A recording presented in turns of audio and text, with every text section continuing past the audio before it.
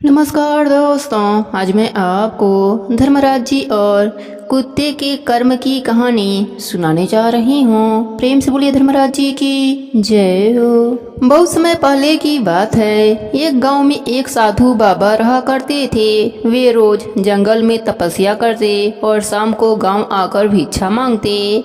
उनका एकमात्र साथी था एक बूढ़ा, भोंकता नहीं, शांत स्वभाव का कुत्ता।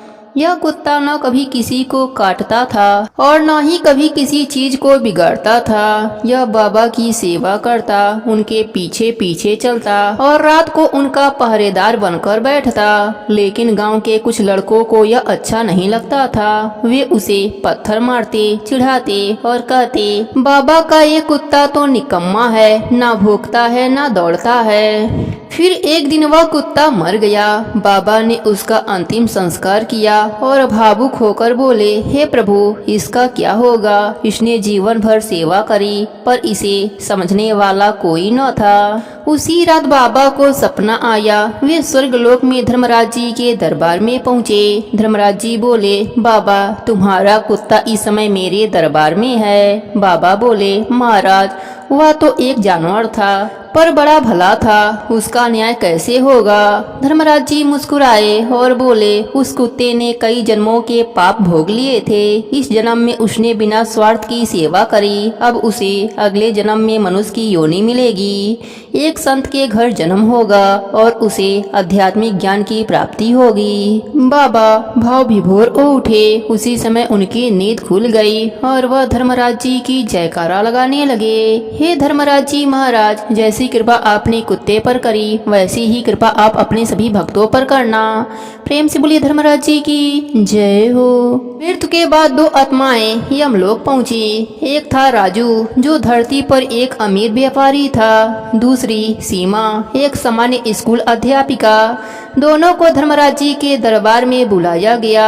धर्मराज जी सिंहासन पर बैठे थे। चित्रगुप्त जी उनके बगल में खड़े, हाथ में कर्मों की बही थी। धर्मराज जी बोले, राजू और सीमा, आज तुम्हारे जीवन के कर्मों का हिसाब होगा। सत्य, सेवा और स्वार्थ का तराजू तुम्हारे भाग्य का फैसला करेगा। राजू गर्व से बोला, मैंने जीवन भर मंदिर बनाए, दान दिए और बड़े धार्मिक योजनाएं करवाए। चित्रगुप्त जी ने कहा, ठीक है, पर मंदिर बनवाने के पीछे तुम्हारा नाम छपवाना ही उद्देश्य था। तुमने दान भी किया, पर टैक्स बचाने के लिए, और जिन कर्मचारियों ने मेहनत की उन्हें कभी सही वेतन नहीं दिया। धर्मराज जी ने गंभीर स्वर में कहा, राजू, तुम्हारे कर्मों में दिखावा अधिक है, सच्ची सेवा कम। अब सीमा की बारी थी। वह बोली, मैंने तो बस अपने विद्यार्थियों को ईमानदारी और करुणा सिखाई, कभी किसी भूखे बच्चे को बिना टिफिन स्कूल से वापस नहीं जाने दिया। बहुत कुछ नहीं कर पाई, लेकिन जो किया दिल से किया।